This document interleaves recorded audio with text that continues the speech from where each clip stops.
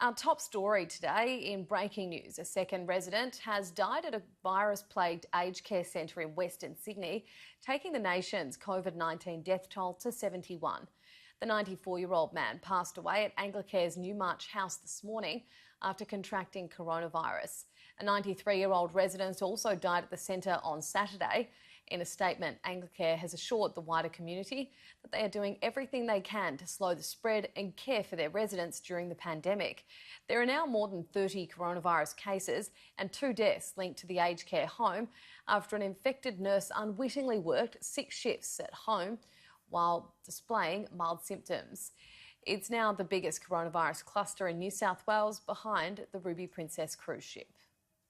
It's official, Australia has a genuine and sustained flattening of the curve, with the rate of new confirmed cases remaining below 1% for 7 consecutive days.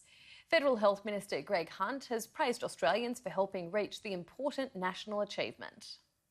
We are winning, but we have not won yet. In the battle to beat an invisible killer, this is the strongest indication yet Australia is on track. The rate of increase in new cases has been below 1% for 7 consecutive days now, and that's an important national achievement. It's a reassuring sign as Australians prepare for at least another 4 weeks before tough restrictions will be eased. Only a matter of about 2 months ago, we couldn't have imagined that we would be doing as well as we are. When you are as successful in suppression as we are, then the notion of being able to eliminate coronavirus becomes within reach. The national death toll has risen to 70. A man in his 80s died at hospital in Victoria. A 93-year-old resident of Anglicare's Newmarch house in Sydney's west has also succumbed to the virus. The health advice has been consistent. Schools remain safe for children. But despite this message, as Term 2 starts back in more states and territories this week, it looks vastly different across the country. Students in the Northern Territory are required to attend face-to-face classes as normal. But Queensland is following Victoria's cautious approach. Remote learning will remain in place for at least the first 5 weeks of Term 2, with only children of essential workers allowed to attend.